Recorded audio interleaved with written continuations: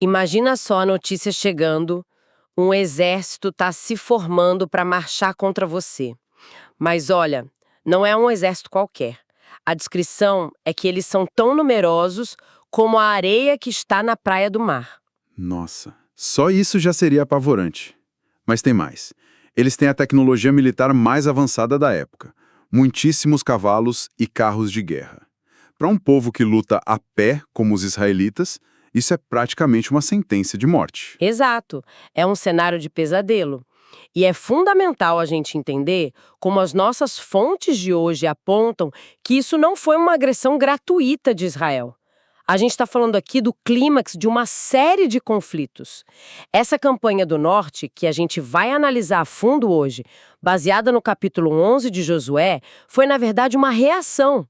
Uma coalizão gigantesca de reis cananeus, ouvindo das vitórias de Israel no sul, entra em pânico, se une e decide que, bom, a melhor defesa é um ataque massivo. Então hoje a nossa missão é desvendar essa campanha que foi, assim, decisiva, usando comentários de duas bíblias de estudo como nosso guia.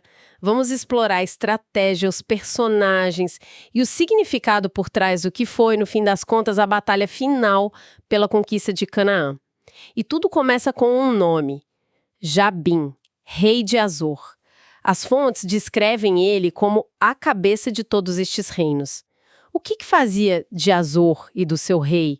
O que os fazia tão importantes? Essa descrição é a chave de tudo. Azor não era só mais uma cidade murada, sabe? Era a superpotência da região.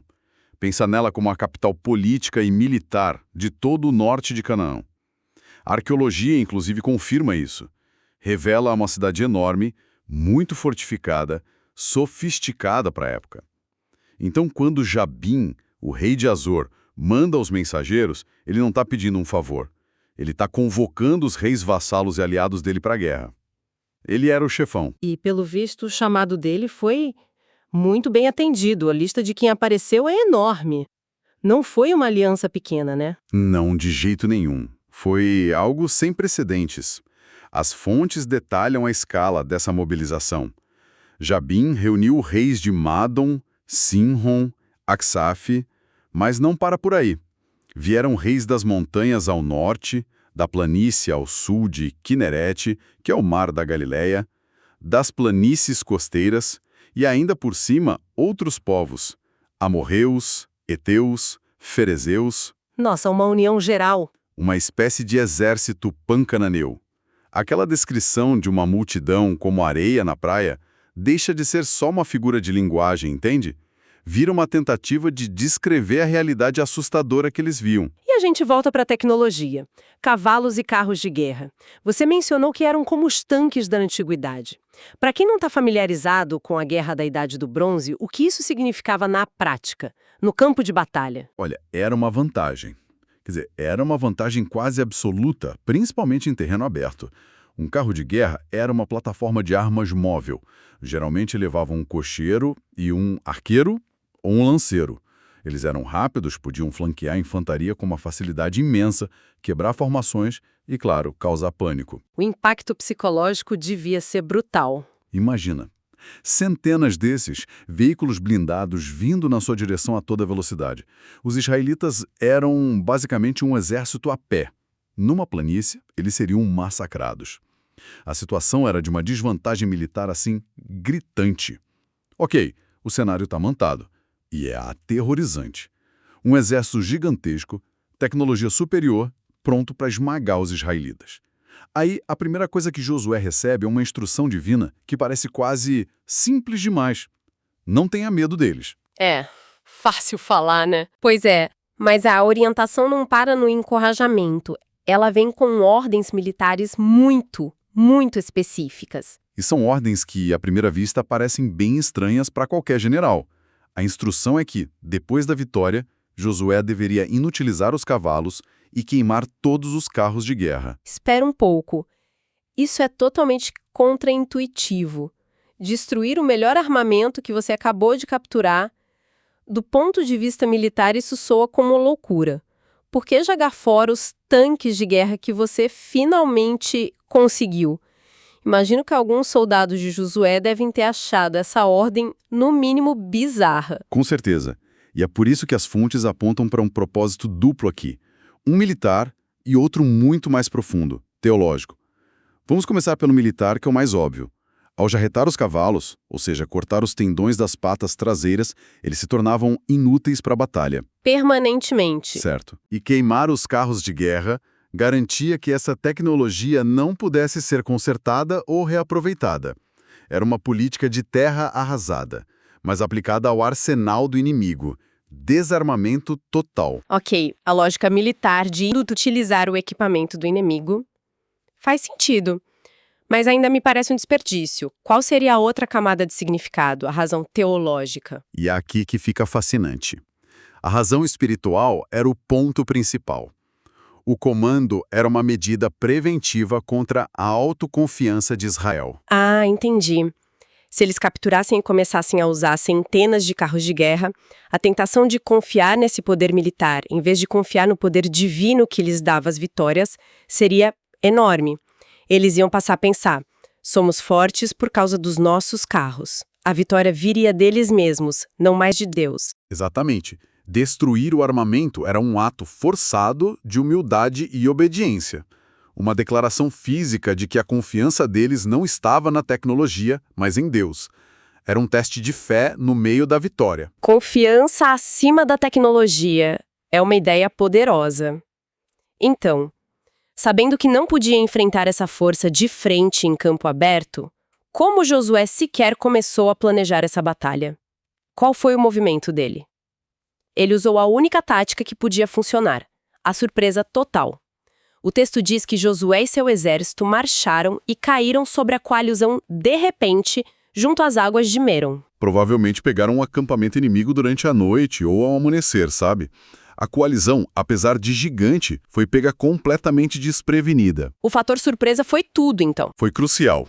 A velocidade e o choque do ataque de infantaria num acampamento desorganizado neutralizaram a principal vantagem deles. Os carros de guerra são inúteis se não tiverem espaço e tempo para se organizar. E Josué não deu a eles nem espaço nem tempo. Foi um golpe cirúrgico e devastador. Uma vitória esmagadora. E depois da batalha, a narrativa foca no líder da rebelião, na cidade de Hazor. Então, eles tomam todas essas cidades, mas com Hazor é diferente. O que acontece lá que não acontece nos outros lugares? Exato. As fontes fazem questão de ressaltar essa distinção. O texto diz que Israel tomou todas as cidades, matou seus reis, mas não queimou nenhuma das cidades que estavam sobre os seus outeiros, ou seja, as cidades fortificadas. E então vem a exceção, clara como o dia. Hazor, porém, Josué queimou. Hazor foi a única cidade daquela coalizão do norte a ser completamente destruída pelo fogo. Por que essa diferença de tratamento? Se o objetivo era conquistar a terra, por que destruir uma cidade e preservar as outras? A lógica era estratégica e simbólica. A estratégia era prática, os israelitas precisavam de lugares para morar, a promessa era que eles habitariam cidades que não construíram, com infraestrutura pronta. Então, preservar as outras fazia todo sentido. Certo, fazia parte do plano de assentamento. Mas e Hazor? Por que virou cinzas? A queima de Hazor foi um ato de julgamento simbólico, muito poderoso.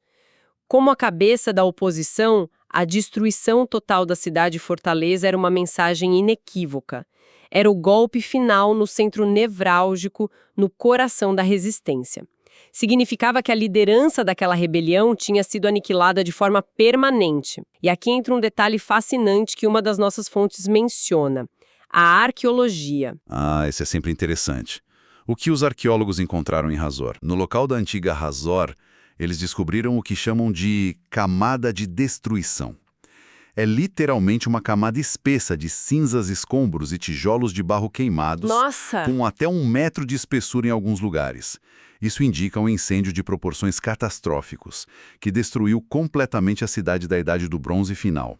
E a datação dessa camada é compatível com o período em que a conquista de Josué teria ocorrido. É como se a história deixasse uma cicatriz física na terra.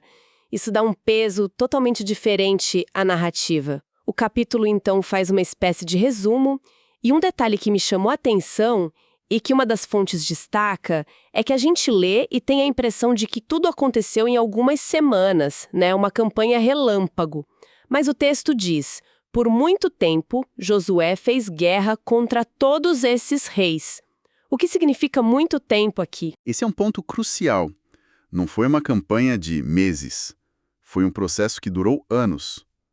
Uma das Bíblias de estudo faz uma conexão interessante usando a idade de Caleb. No livro de Números, Caleb tinha 40 anos quando foi espião. Mais tarde, no capítulo 14 de Josué, quando ele vai receber sua herança, ele diz que tem 85 anos. Certo. Se a gente subtrai os 38 anos vagando no deserto, sobram cerca de 7 anos para as principais campanhas de conquista. Então, muito tempo significa provavelmente algo em torno de 7 anos de conflito quase constante. 7 anos. Isso muda completamente a perspectiva. Então, quando o texto fala em conquistar a terra, não significa ocupar cada vilarejo da noite para o dia. Exatamente. A conquista descrita em Josué foi primariamente sobre quebrar o poderio militar organizado das cidades-estado. O objetivo era derrotar os exércitos, executar os reis, desmantelar a estrutura de poder. A ocupação total, o assentamento, isso foi um processo muito mais lento que continuou por gerações. Entendi. Primeiro eles quebraram a espinha dorsal do inimigo, Isso. para depois começar o longo processo de tomar posse da terra. O texto também traz outro detalhe intrigante. Com exceção dos gibeonitas, que, enganaram Josué para conseguir um tratado de paz, nenhuma outra cidade tentou negociar. Por quê? Vendo o que aconteceu, porque ninguém pensou, talvez lutar não seja a melhor ideia. Essa é uma pergunta que o próprio texto faz e responde. E a resposta entra num campo teológico bem complexo, sabe? A explicação na narrativa é que foi o Senhor que endureceu o coração deles para saírem à guerra contra Israel. Segundo essa perspectiva, isso fazia parte de um plano divino de juízo. Ao escolherem lutar, eles se colocaram no caminho do confronto direto, garantindo que seriam destruídos, cumprindo uma ordem que Moisés já tinha recebido. Essa é uma ideia teologicamente bem pesada, né? Essa tensão entre a soberania divina e a escolha humana. É fascinante ver o texto abordando isso de forma tão direta. Sem dúvida. A narrativa não se esquiva dessa complexidade. Ela apresenta isso como parte do desenrolar dos eventos. E para amarrar uma última ponta solta, o capítulo termina mencionando um grupo que a gente conhece desde o início, os anaqueus, os famosos gigantes que aterrorizaram os espiões. Qual foi o destino deles? O texto faz questão de fechar esse ciclo. Relata que Josué os eliminou da região montanhosa de Canaã, o coração da terra. Ele os derrotou em Hebron, Dibir, enfim, em toda a região montanhosa. É um desfecho simbólico, sim. Uma forma de dizer que o medo original que paralisou a geração anterior foi finalmente superado. Mas o texto é preciso. Ele acrescenta que alguns remanescentes dos anaqueus sobreviveram em cidades costeiras, Gaza, Gate e Asdod. E claro, isso prepara o palco para conflitos futuros. Golias era de Gate. Exatamente, é um toque de realismo. A vitória foi decisiva, mas não absoluta. Sementes de conflitos futuros permaneceram. Então, ao olharmos para trás, para essa análise, o que realmente se destaca? A campanha do Norte foi a vitória que quebrou a espinha dorsal da resistência. Foi um triunfo da estratégia e, acima de tudo, da obediência a comandos que pareciam ilógicos, sobre uma superioridade que parecia insuperável. Perfeitamente colocado. E se a gente ampliar o foco, o tema central que amarra tudo até aqui é a obediência meticulosa. O texto repete isso. Josué não deixou de cumprir nenhuma só palavra de tudo que o Senhor tinha ordenado a Moisés. Essa obediência total. E é essa obediência que, na lógica da narrativa, leva à frase final e poderosa do capítulo, que marca o fim de uma era. E a terra repousou da guerra. Que frase forte! É um divisor de águas. Sinaliza a transição da fase de conquista para a fase de assentamento. A guerra principal acabou. Agora começa o trabalho de construir uma nação. E a terra repousou da guerra. Uma conclusão marcante para um período tão violento. O que nos deixa com um pensamento final para refletir. As fontes que a gente analisou nos apresentam essa ideia de que o coração dos inimigos foi endurecido para que eles escolhessem a guerra, o que os levou à destruição. Isso levanta uma questão profunda, né? Sobre a relação entre a agência humana e a soberania divina. Sim, um tema complexo. O que essa perspectiva narrativa, onde as escolhas dos homens parecem servir a um plano maior, pré-determinado, o que isso sugere sobre os conceitos de justiça, de destino e da própria natureza do conflito? É algo para se pensar.